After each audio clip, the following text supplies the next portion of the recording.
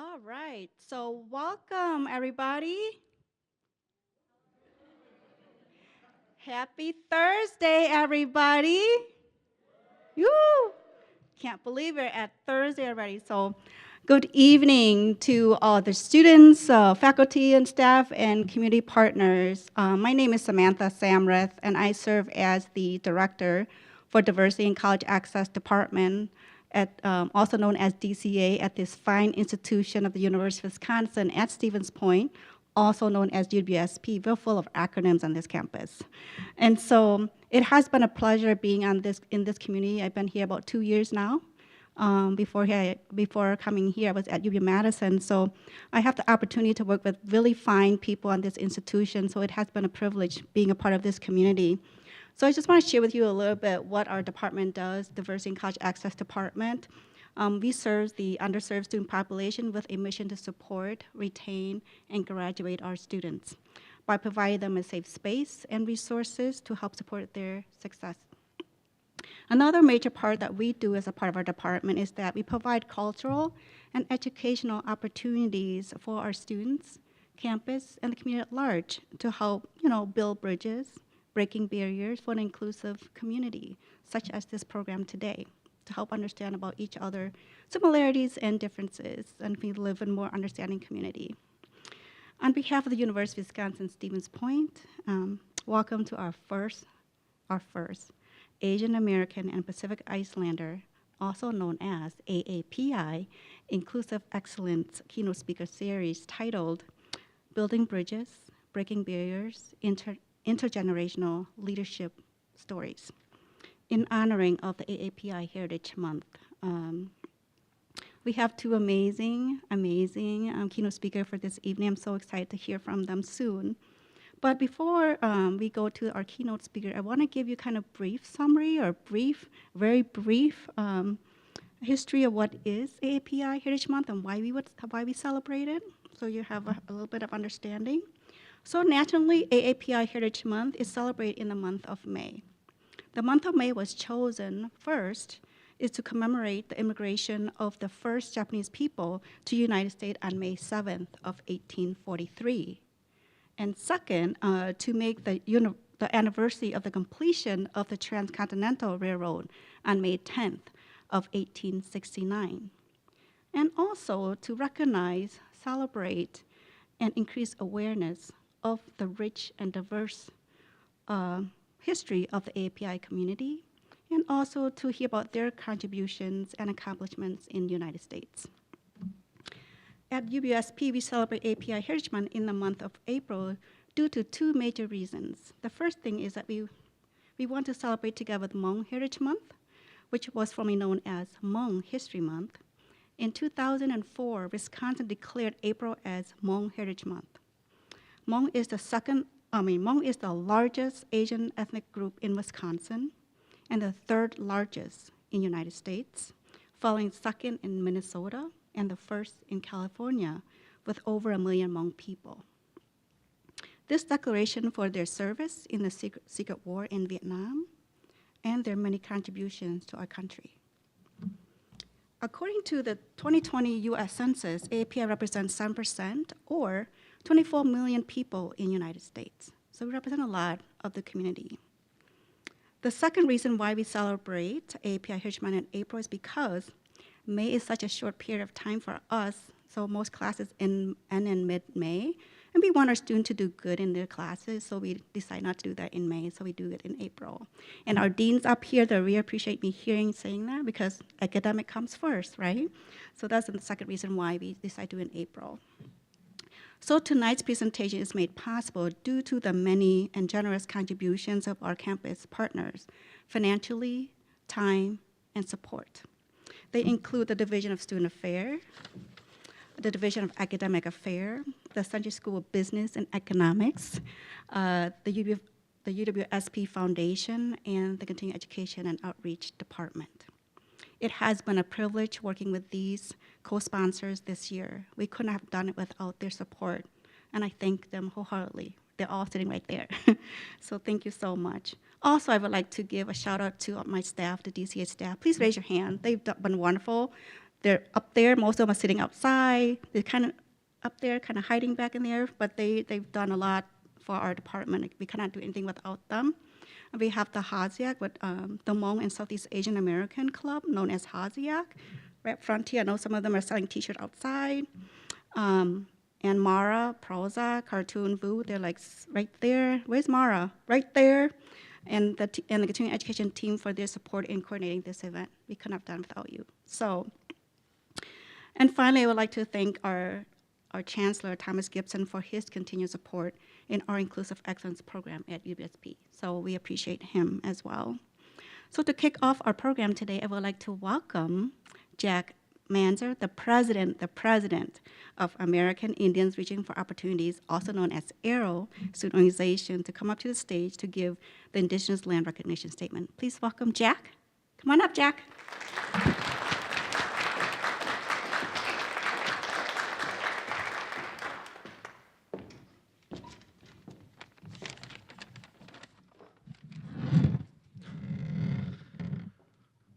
Anin, as Dr. Sam here said, my name is Jack Manzer. I am Anishinaabe and a proud member of the Bad River Band of Ojibwa or Chippewa and the president of ARROW.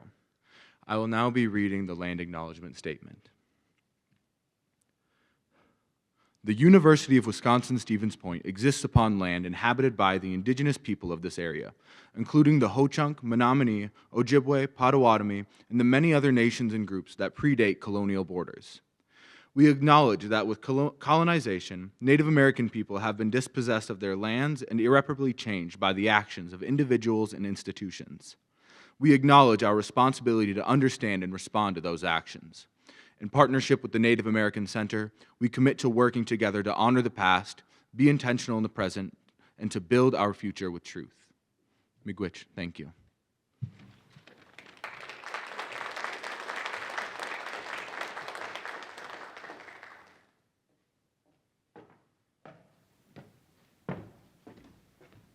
Jack, you're supposed to put this back down, like this. All right. Thank you, Jack. Next, I would like to welcome Maya Lee. She is a member of the HASIAC student organization, to come up to the stage to introduce our wonderful keynote speakers. Please help me welcome Maya. Please come on up.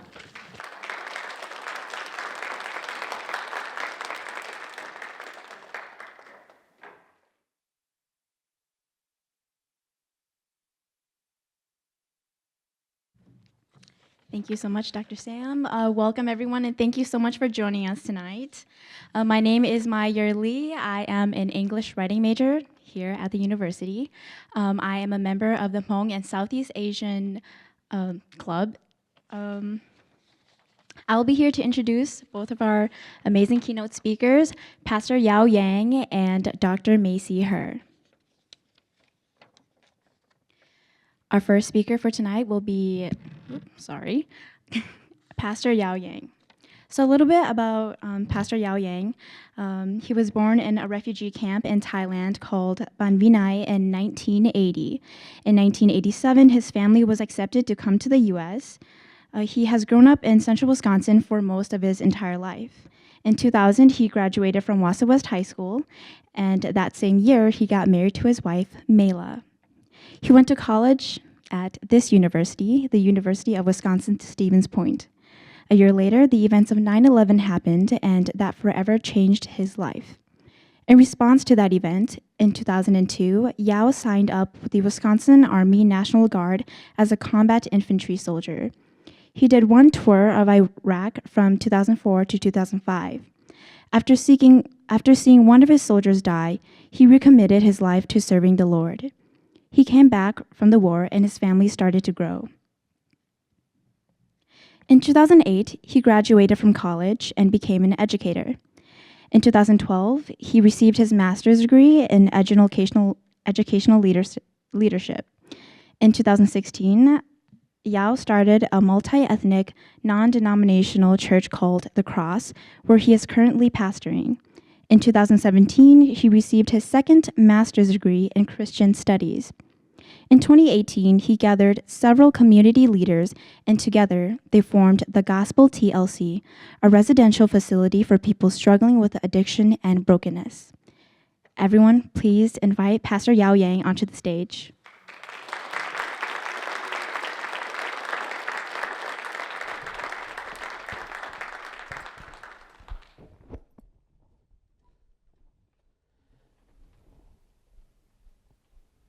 I want to thank Dr. Sam for the opportunity for me to be here this evening with all of you. It's a great honor for me to be back here at UW Stevens Point. And so in order for me to get started with my story, I just have to let you know that my story takes place on the other side of the world many, many years ago. And so my story starts off in Southeast Asia. As many of you know, the Hmong people have been allies with the Americans during the Vietnam War, fighting to stop the North Communist regime from spreading communism in Southeast Asia. And then in 1973, U.S. forces ended up leaving Southeast Asia, and when that happened, the Hmong people were left behind. And because the Hmong people were left behind, this is whereby the communist regime started to pretty much begin the genocide of the Hmong people. And so my parents were living in the country of Laos during that time period. When my parents were living there, eventually in 1979, the communists came to my parents' village, started to shoot up the entire village. I wasn't born yet, but I had 3 older siblings. And so my parents ended up taking my 3 older siblings, running through the jungles of Laos, being chased by a professionally trained communist regime. So because my older siblings, they were younger, because of disease, malnutrition, and starvation, all 3 of my older siblings were buried in the jungles of Laos. So none of them made it through the jungles of Laos alive. My mom was actually pregnant with me when she was running through the jungles of Laos. It is estimated that over 100,000 Hmong people died trying to escape the communist regime. If my mom would have been a statistic, I wouldn't be here today. So, by the grace of God, in 1980, I was born in the Ban Vinai refugee camp in Thailand. So, just growing up in a refugee camp was complete poverty, not having enough food, shelter, clothing, you name it. It was horrendous conditions for an individual like myself to grow up. But thankfully, in 1987, when I was 7 years old, my family was finally granted political asylum to come to the United States. And of all the communities, we came here to Central Wisconsin. And so I ended up calling Central Wisconsin home. So we were no longer living in a refugee camp, but by American standards, we were still living in poverty. My father worked at a blue-collar job. He made $25,000 a year. And by now, I'm the oldest of 9 kids. With $25,000 a year, all that my father could afford was a upstairs duplex that had 2 bedrooms.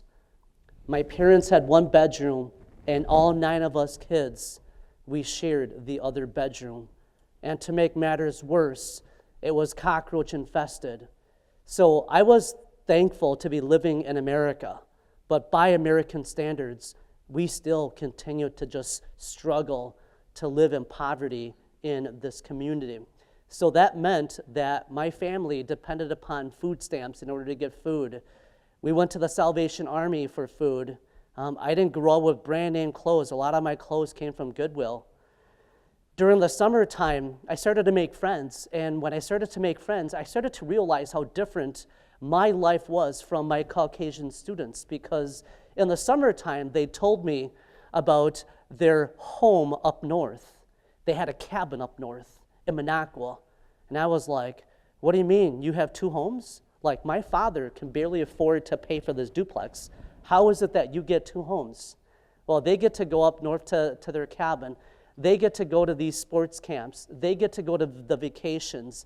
They get to go to Wisconsin Dells. And for me, I had no idea what that meant. And the reason why was because in order for my family to survive living here in America, we needed to work out on the farm fields in order to get supplemental income so that our family can survive.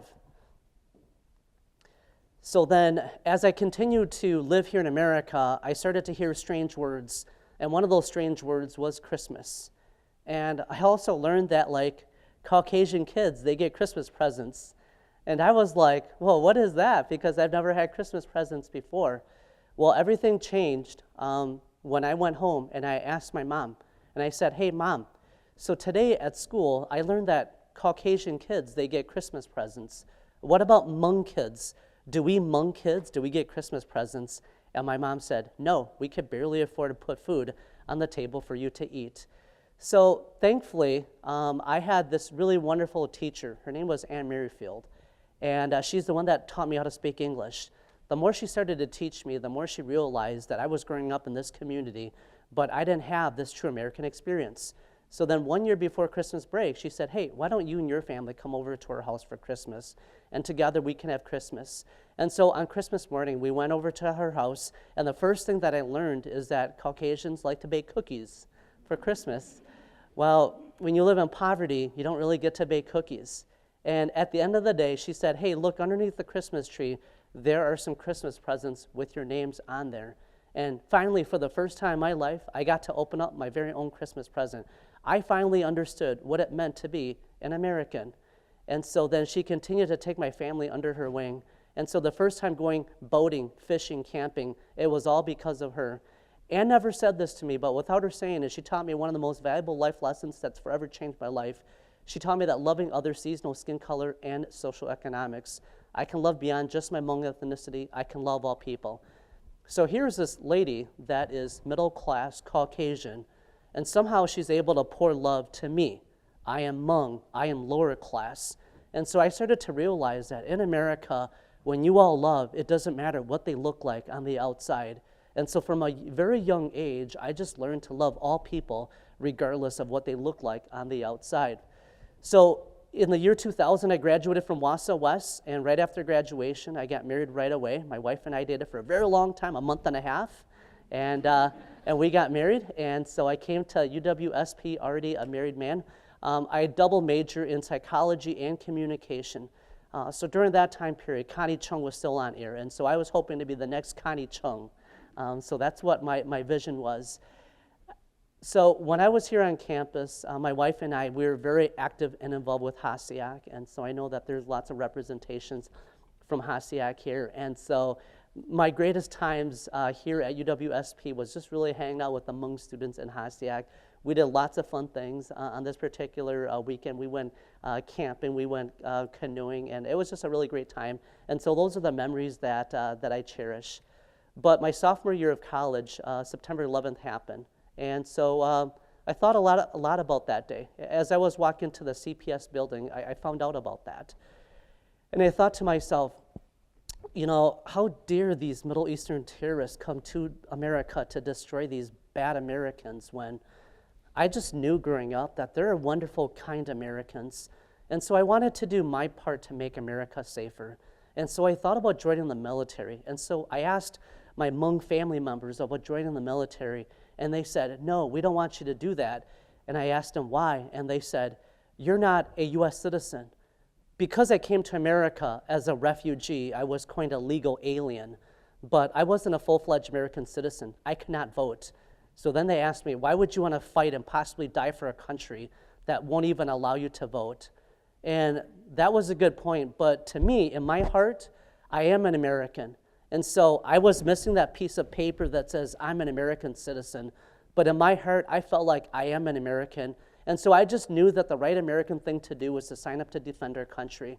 And so against the wishes of everybody in 2002, I signed up as a combat infantry soldier with the Wisconsin Army National Guard when I was still here in college at UWSP.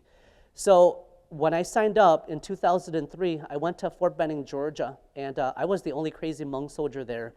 Everybody was like, what's a Hmong guy doing here in the Army? I'm like, this is just something that I want to do for my country. After I graduated from boot camp, I was deployed to Iraq, and so from 2004 to 2005, I went and fought in Iraq. We were stationed in Samarra, Iraq. Saddam Hussein was captured 35 minutes away from where we lived, and so it was a very deadly, dangerous place that we were living at. Every day, we would go patrol the streets of Samarra looking for insurgents that were going to hurt U.S. forces with all their weapons. And so it's just really sad to see the travesty and just how horrific mankind could be in a war zone. On December 26th of 2004, we were just on a routine night patrol. That's what Iraq looked like on that particular night.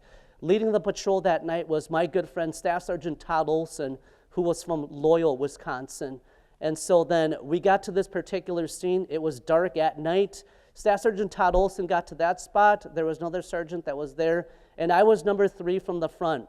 We did not know it, but that night the insurgents had already laid a bomb in the middle of the road, but because it was dark, we did not see it. We got close enough to that bomb. They remotely detonated that bomb, and then when they remotely detonated that bomb, Staff Sergeant Todd Olson was right next to that bomb. My good friend, Staff Sergeant Todd Olson, became the second soldier from Wisconsin to die in Iraq, just a few yards away from where I was. I thought a lot about that night. You know, when you're 24, like there's a lot of young people in this room. When you're so young, you think you're going to live forever. But when I saw my buddy get blown up in front of me, all of a sudden your mortality becomes really real. And so I got really afraid. If my friend can die just a few yards away from me, maybe perhaps I could also die. And so in desperation, I made a desperate deal with God. And I just said, God, if you can get me out of Iraq alive when I come back to Wausau, I'll do anything for you. You just got to get me out of Iraq alive. So then after 12 months of fighting in Iraq, I ended up coming back to Wisconsin. In our deployment, I ended up losing 2 of my friends overseas. But finally in 2008, I finally graduated from UWSP. My wife makes fun of me all the time. She said, hey, Yao, you know, you went to college for 8 years.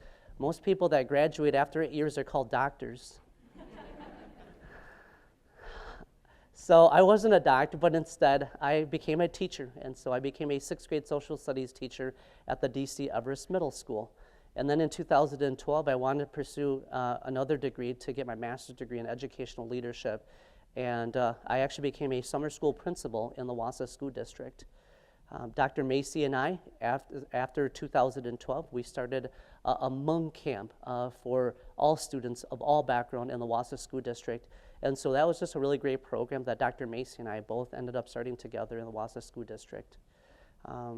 After I also received my master's degree, it was really cool that the University of Wisconsin-Stevens Point actually offered me an adjunct teaching position, and so I actually came back to the university to teach in the School of Education. So that was just really cool. This is my family today. I have 6 kids, 4 boys, 2 girls. But in 2015, I felt this really guilty conviction in my heart, like I'm supposed to do something. And that was when God really convicted me that I was to do something for him. Strangely enough, that year, a Hmong pastor and a Caucasian pastor, on both separate occasions, they said, hey, we think you make a really good pastor, somebody that just goes and starts up their own church. And I thought, wow, if I was to start up a church, what kind of a church would I start? You see, my entire life, because I was Hmong, I was pegged to go to a Hmong church. But as a public school teacher, Monday through Friday, in one classroom, I can teach a black kid, a white kid, a Hmong kid, a rich kid, a poor kid. Monday through Friday, we can all get along, but on Sunday morning, when I was supposed to go to the most loving institution, the church, it was still, in my community, the most racially segregated. Because I was Hmong, I went to an all-Hmong church. And I thought, how cool would that be if we could just have a church where it doesn't matter if you're black, you're white, that anybody of any race can just come. And so then I wanted to become a pastor. So then after that, I went to pursue my second master's to become a pastor. And so I went to Crown College. And in January of 2016, I started a multi-ethnic, non-denominational church called The Cross. I didn't have a church building, and so we actually started the church in the living room of my house. But after we started the church, I just love helping people in the community because Ann Merrifield, she helped me. I wanted to go and make a difference in the community. So we started to go and help people that were living under the bridge in Wausau. So we started to pray for them. We started to feed them, just to really help them out. I started to go inside the Marathon County Jail to do Bible study with the inmates that are in there. Currently, I'm the director of the Joseph Project in Wausau. There are individuals in our community, they've made really bad choices. A lot of these individuals have been incarcerated, they have criminal backgrounds, they're felons. But when they have paid their debt to society, they want to be able to transform their life around by being able to get a job. But too often when they apply for that job, because of their criminal background, they can't get a job. So then they go through the Joseph Project, which we teach. We help them with classes on job skills, life skills, and the faith. And since we've started this project, we've been able to help over 200 people in central Wisconsin to be able to get full-time employment. The barrier to these people getting a job is also transportation. So through the project, we actually provide free transportation for them for up to 30 days so that they can get to work. So as I started to help out this population, I just thought that as a young pastor, if I could just help them to get a job, their life is going to be transformed. But unfortunately, within 3 months, only 25% of this population will still have that job. So 75% of my graduates will lose their job. And so I started to ask them questions. Why do you keep on losing your job? And the number one answer as to why they kept on losing their job was because of addiction. So then they would go back to the drugs and the alcohol. So then they would come back to me and they would say, hey, Pastor Yao, we need your help. And I would say, I don't know how else to help you. I just helped you to get a job. And they said, we need help with our addiction, because if we don't get that figured out, we can't hold on to this job. And so they said, I need help every day for a long time with my addiction to drugs and to alcohol. And so they would ask me, like, can you help us? And I would say, no, I don't. What's also really sad is, as a young pastor, I have done 8 funerals now, and half of those funerals are for individuals under the age of 35, all dead from overdoses.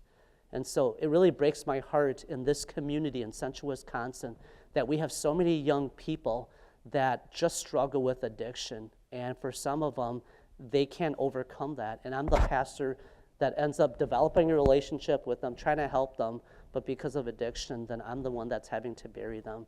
And so that really just pulled at my heart to really be able to help out this population. And it was because of that we need a place that's really going to help them.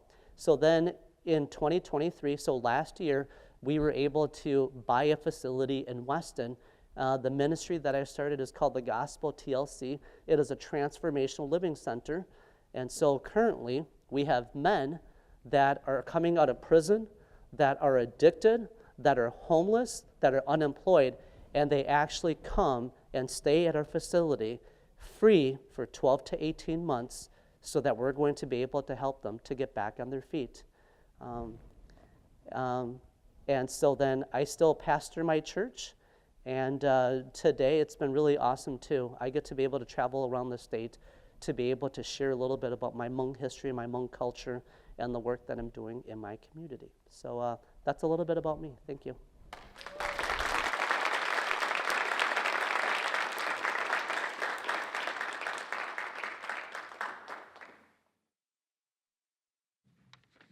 Thank you so much, Pastor Yao. That was a beautiful story.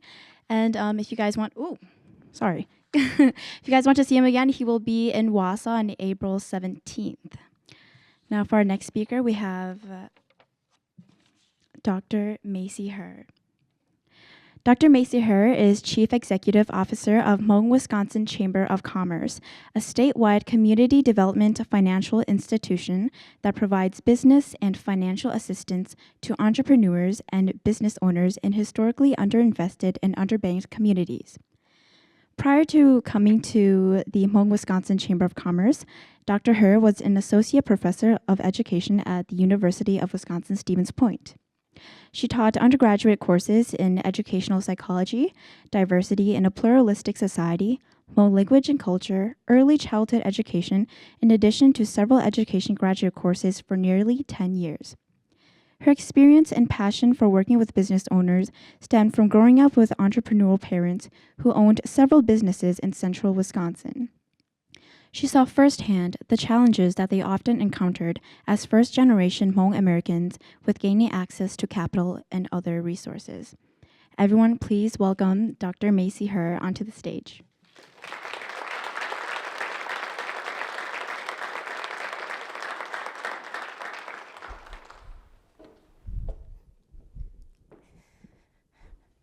So how do you follow something like Pastor Yao Yang? I'm just going to follow my own usual advice and just be myself. Thank you all so much for having me. Thank you, Dr. Sam, for inviting me back to this wonderful campus that I had an opportunity to teach at for nearly 10 years, in the School of Education. And if anyone would have ever told me that I would end up, working with businesses after having the School of Business on the other side of the School of Education, I would have laughed and said, I can't see that happening. But here I am now. It's really no surprise, I should say, especially given that my parents, were entrepreneurs. And actually, that did not actually occur to me that they were entrepreneurs until I landed the position I have now. And I knew that it was important to me. Working with businesses was important to me. But I never saw my parents as entrepreneurs. So with that, here they are, right? So, they were just my parents. My dad was a hard worker. We came to the States, I'm Hmong American. We came to the States in 1976. My dad, was someone who I highly respected until this day. I'm very grateful that I still have them both with me. They both live, we were raised in Wausau, went to high school, graduated from Wausau West High School, and but before then, we actually ended up in Ashtabula, Ohio. Not sure if anybody knows where that is. Small town in Ohio. And my dad, one of the first things he did when we arrived there, was he wanted to make sure he finished his high school degree. So as a non-traditional student, he went to the local high school and obtained his high school degree, because back during that time, you could do that. So I could not find the picture, but we do have some pictures of my father in his, his gown, high school diploma, high school gown, and that was something that I still have, some memories of as a very young child of my dad graduating from that local high school. Now, he actually wanted to go to college. He was accepted to Kent State University. He wanted to pursue, a degree in law at some point, and he actually wanted to pursue a political life, but because there were cultural and language barriers, he decided that wasn't going to work. And at that time, the services that were available really to those who were bilingual individuals, bicultural, such as really of a different culture at that time, there just were not the services that we have here. I don't believe, I highly doubt there was a diversity cultural center of any kind, access center of any kind, to help them at that time. Especially given, I think, some of the history at Kent State too, now as I think about that. So and in a growing family. So I'm the eldest of six. I'm the eldest of six, and very similar to what Pastor Yao was sharing. I'm actually the fourth child, but the first three children of my parents also passed due to famine, due to trauma. The brother who was just older than me, I believe he passed away about when he was 3 months old or so, due to the air raids that would happen. He'd be traumatized by the sound. He would cry and cry and cry. And my mom would share this story as a young mother, and a young father, how my brother would cry for hours on end, just really sweating profusely, and as she would say. And she would say to my young father, I think we really need to head to the city to get some help for my son. And being my father, and being a young father, he said, I'm sure he'll be okay, right? So then one day, my brother did stop crying. He stopped crying, and he stopped, sweating, and then he passed. Until this day, my mom will talk about that moment. And of course, they're still married till this day, but my mom will say, if only your dad would have allowed me to bring your brother, to the city so he could get the help that he needed. So I'm actually number 4 in my family that was born, now the eldest of 6. So, I have some loving parents. Here we are in the States, as I mentioned. You know, as I said earlier, there were certainly some cultural and language barriers, but my dad was determined, you know, to be someone who could be a role model for all of us. I will tell you that it is only now, and not really just a few years ago, and even just yesterday, I was talking to my mom about this, that I am amazed at how much they were able to achieve, given the limited knowledge that they had. You know, they owned several properties, you know, really possessed one property after another, you know, investing in them. And while my dad worked full-time at Greenheck, you know, during the day, my mom working at Fiskars, you know, during the day on the line. Then afterwards, their hustle, they would go to these houses and take care of them and maintain them, and then rent them out to Hmong families because they were afraid that if they rented it to anyone else that they wouldn't be able to manage those properties. And so that's what they did. They also had a hand in a grocery store, opened up a grocery store, one of the first ones in Wausau. They also owned ginseng gardens for a while. And then there's also the Hmong Methodist Church in Wausau. My dad was convinced that he was going to become a pastor too at one point, you know. So that's a little bit about his entrepreneurial journey, you know, and I saw them working really, really hard. Fast forward, they said, if you don't want to be working as hard as we do, you better go to school. So what did I do? I studied my butt off and then earned my doctorate, you know, from Indiana University. And then I, you know, ended up teaching. I actually was an elementary teacher. Taught kindergarten and first grade, was a multi-age teacher at Indianapolis, at the Indianapolis Public Schools, and then ultimately landed here. You know, I came back home, you know, to be closer to my family, teaching at the university here in my field of educational psychology. And so again, I ended up here for 10 years, never thought I'd go into business, but I also knew that there was something inside of me that spoke a little business in me, you know, that was certainly there. So I won't go too much more into that. Here's my family, my brothers and sisters, some nieces in there. Here's me at the university, you know, at UW-Stevens Point. I still have very, very fond memories, and it's always wonderful to be back here on this campus. Here's me and Yao. Hey, you weren't the only one who had pictures of us at Hmong Pong Yu. Yeah, I also provided a picture of this because this will always have some very fond memories. In fact, I believe the camp still goes on beyond myself. Here's my little family. My son is with me today in the blue shirt there in the front. Here we are. And then here I am, you know, never thought this could ever happen. You know, I was teaching, and then now I have the great honor of serving as CEO of the Hmong Wisconsin Chamber of Commerce, which is it's a statewide organization, and I work with businesses, and I couldn't be happier, just feeling like that's exactly where I need to be right now, doing what I should be doing. I actually ended up in this position about 4 months right before COVID. And so I was one of those individuals, you know, who ended up in that role. And I thought, you know, what does God have in store for me? Because I actually was unemployed for about a good, you know, almost 2 years, living in Kansas City after I left the university because I wanted to be a full-time mom, you know, for a little bit to raise my son. So I did that. And then Wisconsin called me back, you know, for the role that I currently have. I thought, you know, what kind of business do I have at all working for a Chamber of Commerce, helping businesses? But I can tell you that I couldn't be happier, you know, at this point in my life, doing what I do, so rewarding. And yeah, I wouldn't trade that for anything. So it became very clear, especially during COVID, what my calling was. So with that, I know that there's so much more to share, and you know, I'm happy.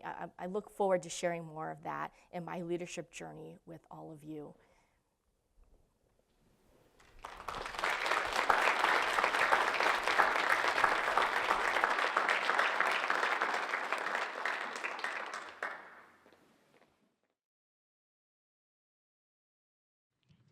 Thank you so much, Dr. Macy Herr. That was a very inspirational story. At this time, I would like to invite Cindy Yang, president of the Hmong and Southeast Asian American Club, onto the stage to help facilitate the panel discussion.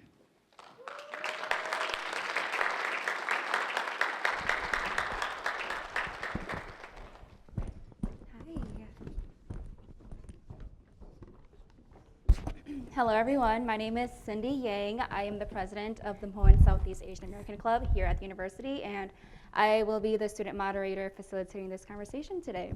So nice to meet you, Dr. Macy Hurt and Pastor Yoa Yang. I'm sure I can speak for everyone that we're all super excited to hear more about your stories and your experiences to get to where you all are today.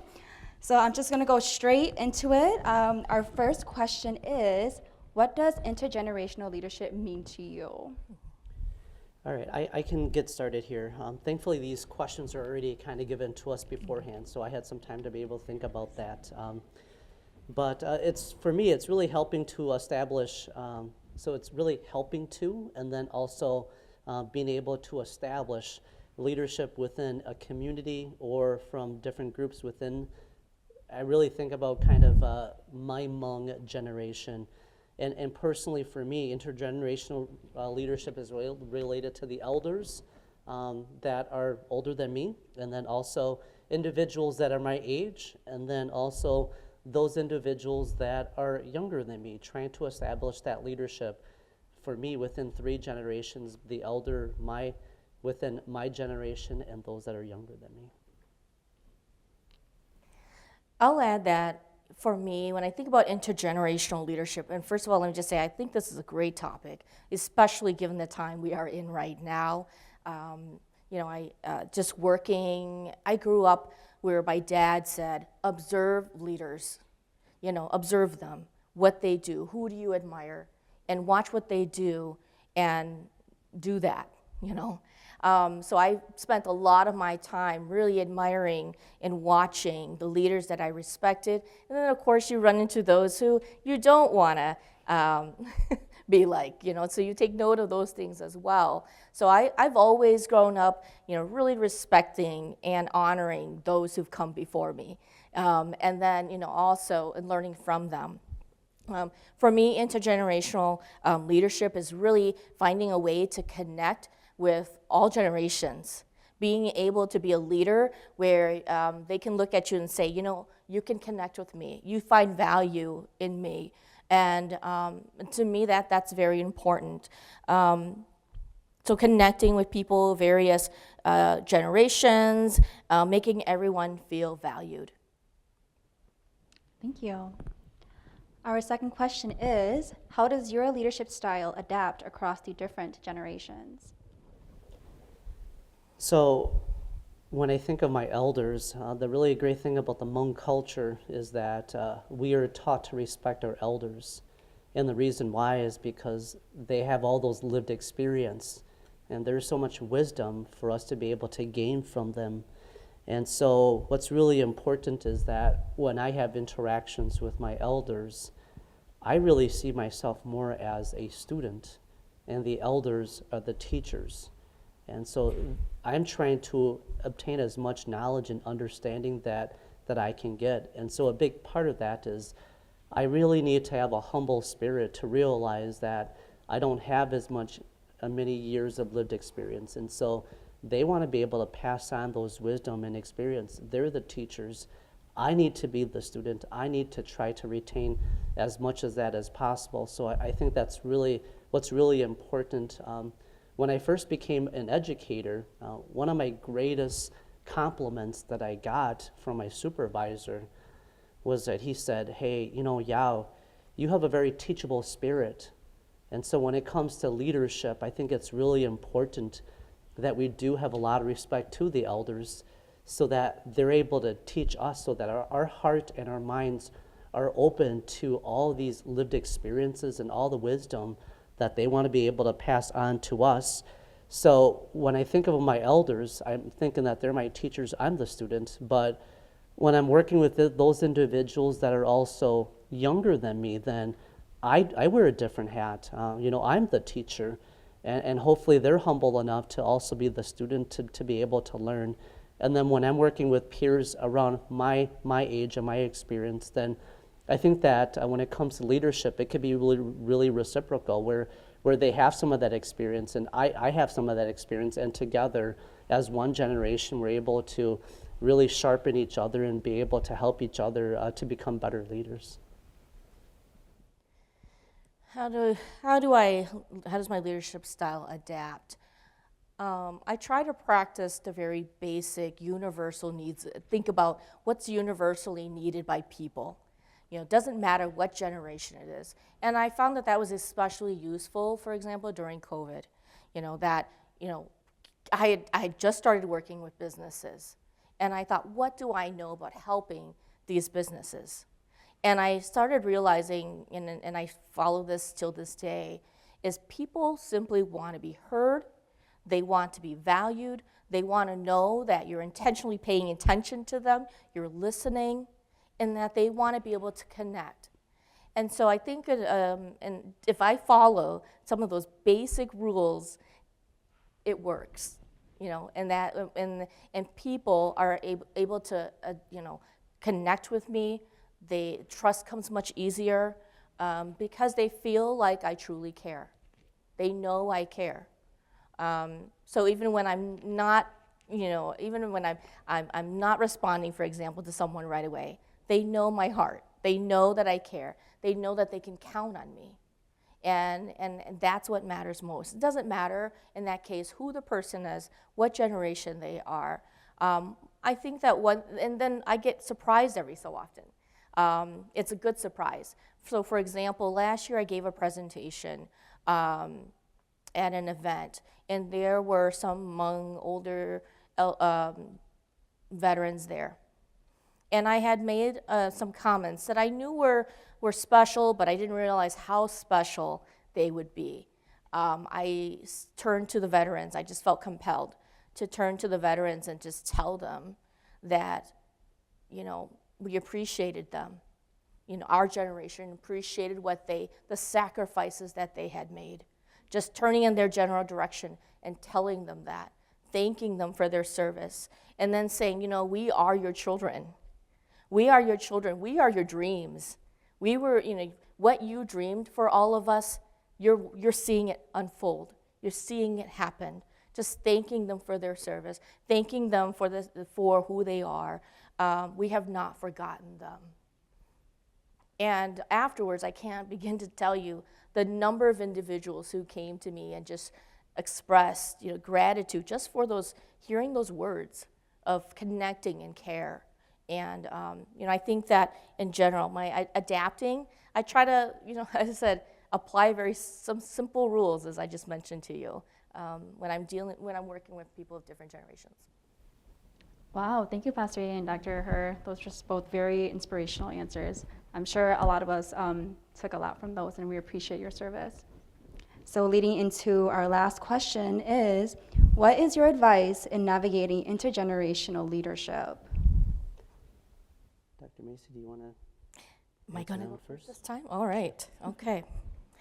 I think this is certainly related. Always assume that what you say to others may come back to you. Own what it is that be ready to own what it is that you say. You never know. Believe in who you are, stay centered, knowing who you are, because when people start coming at you, if someone isn't on your side, or they start saying things about you that aren't necessarily true, they make certain assumptions, for whatever reason it may be, if you are centered and you know your purpose and you know it's good, the truth will reveal itself. And that's what matters. And it always does. So for example, just really quickly, during COVID, my organization, we were very fortunate. We were awarded quite a bit of funding. There were other organizations that were quite upset. They actually said things. I will share this out loud because of the environment we're in and the topic that we're in. I had people who said, Macy just wants everything. She wants to take everything for herself. And that was hurtful, and I thought, where does something like that come from? I didn't go around to every organization and said, are you asking for money? Are you asking for money? Are you asking for money? And for how much? And I realized too that a lot of times in the Hmong community, it's about sharing. So when someone gets a little bit more seemingly, then it comes off as that person is selfish, And all I was trying to do is bring the resources, as much resources in, knowing that I was in a position to pump those dollars back out into the community. And that we were in a place, an organization that had the ability to do that. And so, but while I heard that and it was hurtful, and some of the funders, I had a funder who came back to me and said, Macy, they're saying this. I said, then they shall see what happens. They will see what the true intention is. And then over the last two years here, that's exactly what we've done. We've pumped the funds back into the community, into several businesses, many businesses that have continued to grow, to survive and thrive as a result of the resources that have come through our office. And so I let those actions speak for themselves. So I'll stop there. I digress a little bit. Thank you, Dr. Herr. Yeah, so my advice in navigating intergenerational leadership is I think we have to be really flexible. We have to be really fluid with our leadership. And the reason why is because, I put myself in your shoe as university students. When I came here, I wanted to go into television broadcasting, and then my life happened. I ended up going into education. So when I graduated from the university here, I was an educator, and I just thought, okay, I'm going to be teaching for a while. And when I pursued my master's degree in educational leadership, I'm like, all right, I'm going to be this really awesome school principal. And, I feel like within this area, I was the first Hmong minority that had a license to become a school principal. And I just thought that was going to be an automatic shoo-in into leadership positions. And for whatever reason, as I interviewed and I applied for all these jobs, all these doors, they just kept on shutting on me. Well, that can be really disheartening. And the really nice thing is, when you're going through some of these difficult times, I made sure that I was seeking advice from my elders, because sometimes I just wanted to give up. And they just continue to encourage me. And so as a leader, I think, sometimes doors do close on us where we think that door should have been open, but it's closed. But the really nice thing is, now that I reflect on my leadership, I realize that in leadership, when one door closes, another door opens. And it's really nice to be able to have the support of my family, my elders, that are encouraging me not to give up. So that's my encouragement for all of you. I think that there's leadership in all of us. Sometimes we think this is where I'm going to be a leader in, and for whatever reason, those opportunities just don't happen. So I'm encouraging all of you not to be discouraged, but see where there are other opportunities in order for you to be able to make a difference within your community. And if I could add one more. I think that it's very important, especially in this time in our lives right now. I feel as though, again, I mentioned this earlier, I was raised where my father and my mother always said, honor your elders, listen to them, they're wise, there's wisdom in their experiences. And I still believe that today. I love hearing the stories of those leaders, individuals, the community that has come before me. And I think that a lot of times I feel as though we're losing that. It's all about me and what I have to contribute. The elders don't know what they're talking about. They don't always know. Times are changing. And I think that sometimes we forget that we stand on the shoulders of leaders who've come before us, those who've come before us. And then we're going to be the shoulders for those who come after us. So I think that that's very important for us to remember. And I wouldn't have the opportunities. It's never lost on me that the opportunities I have, that any one of us have, that my son will have, that those would not be possible. I would not be sitting up here without the leaders, individuals who've come before me to fight to have a seat like this. Wow, thank you. Both those responses were very, very inspirational. And before we even go off to the audience Q&A, I just want to say thank you for being such pillars in our community. I think that as first generation, even second generation university students, we still, like you said, still walk the path that you both paved for all of us. So, and every single leader in our community. So thank you. Thank you. So we're going to move on to our audience Q&A. We do have DCA staff who are standing on the side, who will come to you with a microphone if you have a question to ask our two amazing keynote speakers here. So do we have a first question? Oh, right there. Hi. So you both said you two learned from your elders. Was there a time when you were a student to like someone younger than you? And if so, what did they teach you that elders couldn't?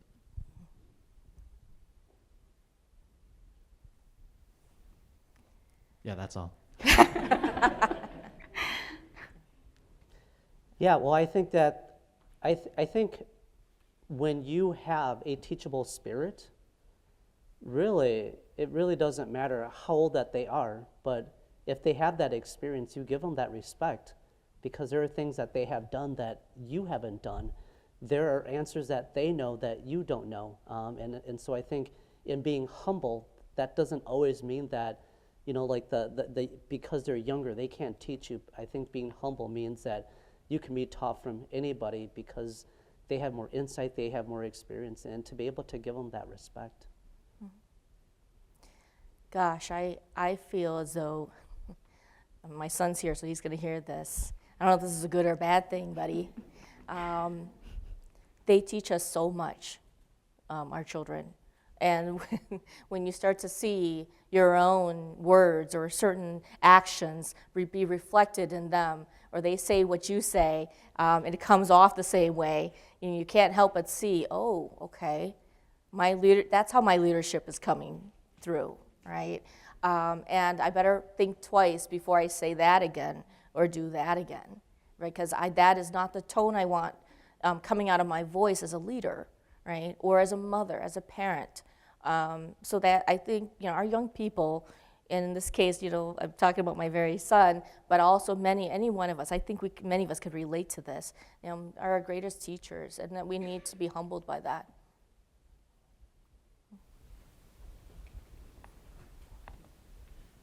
Thank you, Dr. Herr, Pastor Yang. Do we have another question that we would like to ask our two keynote speakers?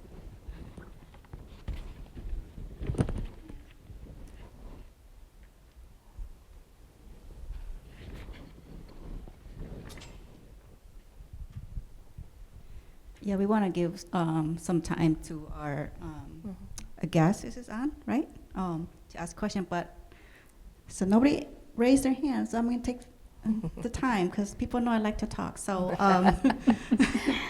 so you know, one of the things we do at the university is of course cultural and educational opportunity to teach other people about our differences and similarities. And we have community members here, students here, and our deans and leaders in this room here. So one of the challenges we have in some time in the classroom is that what kind of advice would you give to like our faculties and our administrator? How do we build those, you know, bridges and breaking those barriers so that people can understand each other more, to have a more inclusive community? So what kind of advice would you give to those leaders? Sometimes those students have more experiences in life with certain things than we think they do. I find that, you know, we might think that they aren't watching as closely as they are, but they are. I think we need to be those role models for them. That, you know, always thinking when someone entered my office, you know, when I was a university professor, I always thought to myself, what kind of leader do I want to project? Because these, in my case, they were going to be future teachers, you know. So what kind of teacher do I want them to see? Do I want them to become, right? And in fact, oftentimes I would say to them, you know, you're going to be a future teacher. In this situation, what would you do, right? And give them the opportunity to provide some say as well, you know. So I think that that's very important. So, you know, listening to them, also being very intentional about our actions, because they're watching and they're listening. You know, I remember one teacher one time, I went in and I had great respect for this teacher. This was even in high school. I had great respect for this teacher. And I remember, because I saw the way he worked with other students, and I thought, well, I'm gonna go see him too. Then I felt like, oh, he didn't really give me the time of day. He didn't even look at me in the eye when I was speaking to him. So, you know, I learned that, and I learned that very quickly, and I was just in high school. So, you know, students are paying attention to that sort of behavior. So I think that in order for us to really have more inclusive classrooms, you know, I think about my experience growing up, you know, how was it that, you know, Anne Merrifield, how did she make me feel so special? How did she make me feel so included in her classroom when there were all these students, but yet she was able to just make me feel special? And a big part of that is, I think that developing a relationship with our students is really important. And so, yes, there's the learning objectives, and then there's the standards and the goals, but I think still at the end of the day, we can't forget that, you know, they're in our classroom. And the reason why is because in order for them to learn, I think that they need to have a trusting relationship, especially with the teacher or the professor in that classroom. So I think it's really important for us to be able to make sure that we're developing really important relationships with our students so that they know that we care about them. And when the students know that we care about them, I think that they're going to feel included in that classroom. So it takes a little bit more effort, but I truly believe that it's really important to be able to break down those barriers by establishing those relationships. Do we have another question?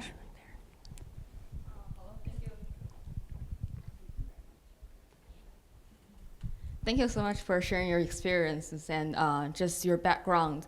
And I'm curious, like, since you guys are Hmong people and probably a lot of like big families or community, so how do you like balance, you know, the wisdom from elders or those sometimes advice suggestions? Because sometimes that can turn to a big stress that, you know, in such big family or community.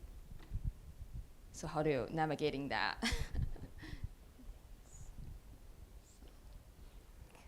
I think for me, anyway, my mom, right?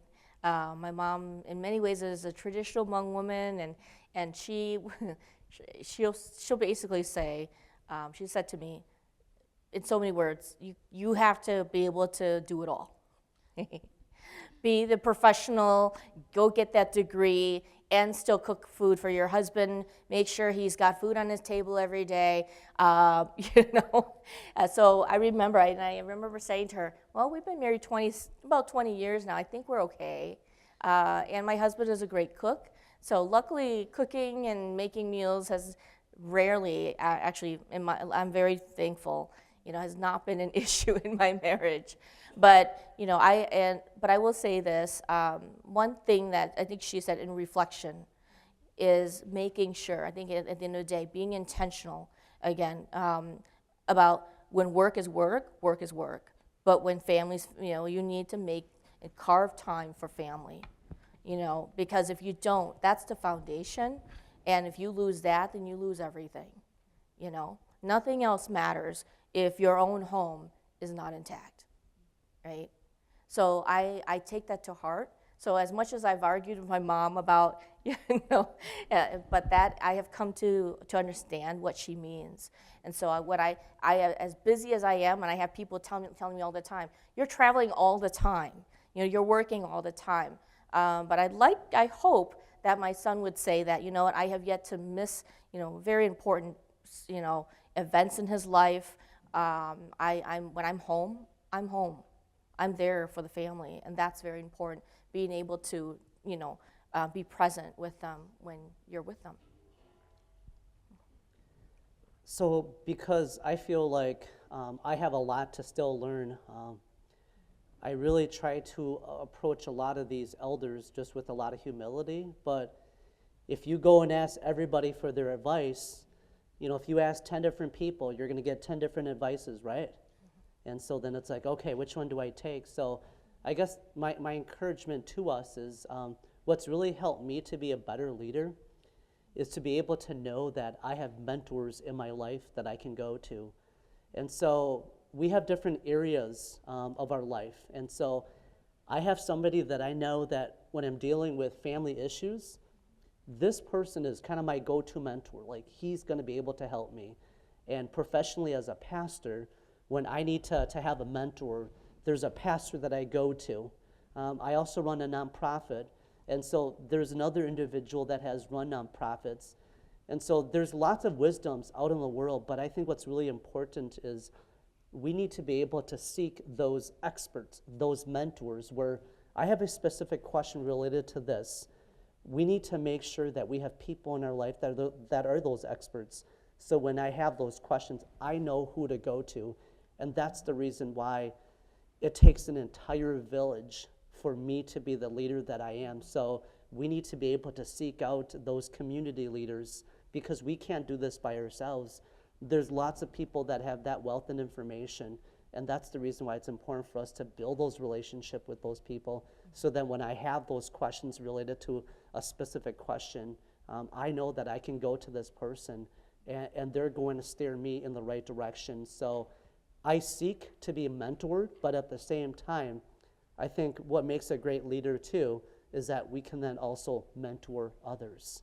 And that's kind of that intergenerational leadership is I'm being mentored too, but I have to also mentor the younger generation as well too. And I'm going to add a little bit more to that too, is that as a leader, many very effective leaders, they have a willingness to listen, to others. And that's very important.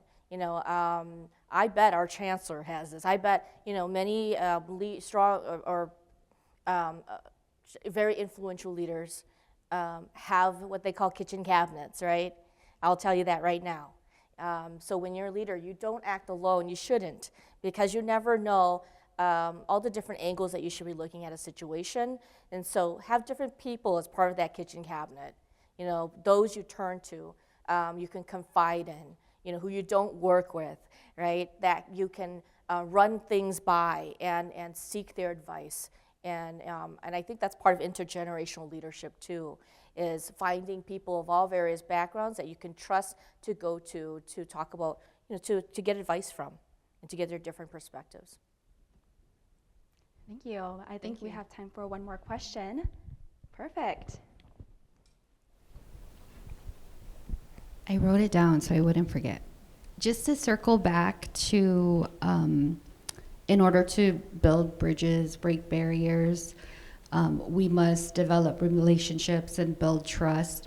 Can you share some prime examples of how all of us can leave here today, walk out into our communities, have a ripple effect, and do something that actually builds that relationship, builds that trust in strangers, right? Because that's where we start. That's where we have to start. So what would be a simple example that you guys can share with us?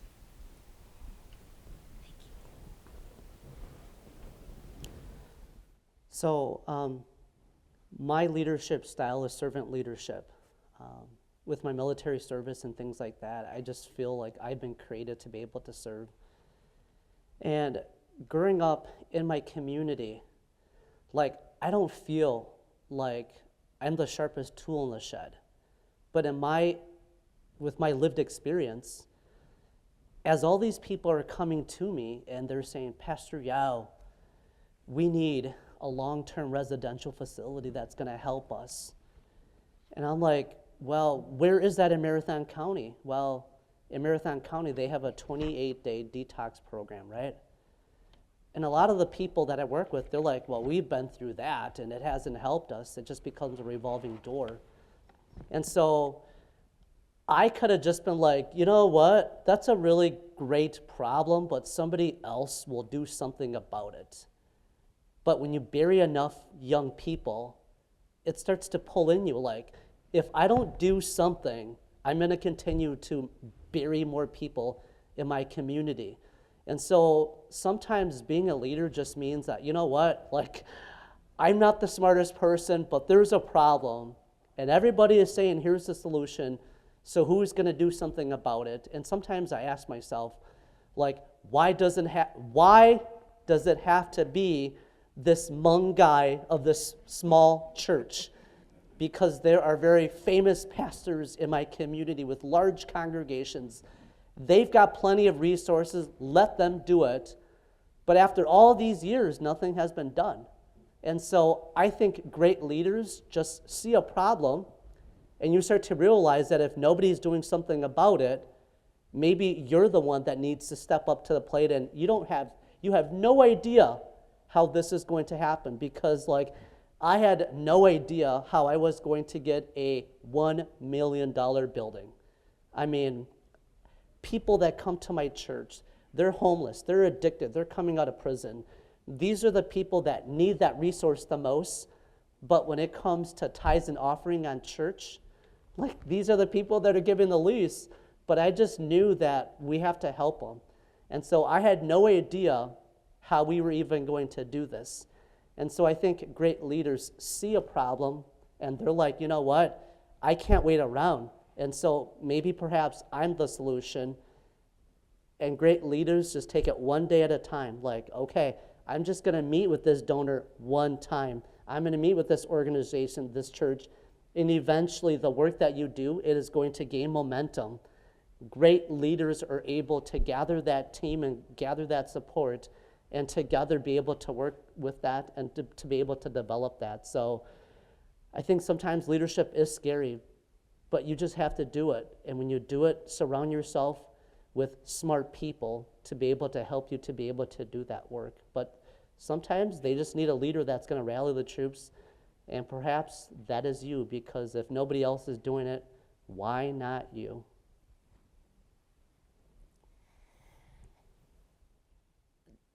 Here's my secret. Now, isn't much of a secret. Just show up. Show up for people. One of my strengths is understanding the importance of just showing up and the investment that that has. So I will have, again, in my job, you know, again, like Pastor Yao said, I certainly don't consider myself the smartest person in the room in many cases. But one thing I feel I have been blessed with is the ability to connect with people. And part of that is quite simple. Just show up. Be there. Be there in the room. And if people see you enough times, they'll keep inviting you, and then they will know you care. You know, I often am traveling and invited to different events. And I remember the secretary of the Department of Administration coming to our event, to one of our major events at the chamber. And she goes, you know, Macy, I thought this was powerful, so I like the way she said it. Everywhere I go, it seems she's there. It just speaks to the trust that the people have in her, and that, you know, and that's great, right? So she was saying something along those lines. And I thought that was very powerful, and you know, it informed me that I was doing the right thing. You know, that so when people are inviting you, even if you can't go to everything, pick and choose, of course, but show up enough times, and people will want to build that bridge with you. You know, they will know you care. Thank you, Pastor Yao Ying and Dr. Macy He. May you please give a round of applause to our keynote speakers.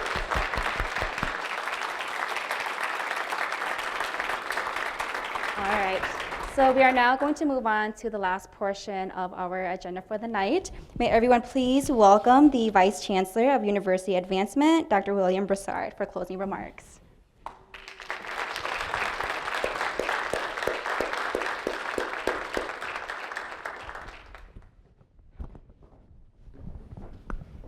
I'm the only thing standing in the between you and getting some refreshments, so I promise I'll be brief.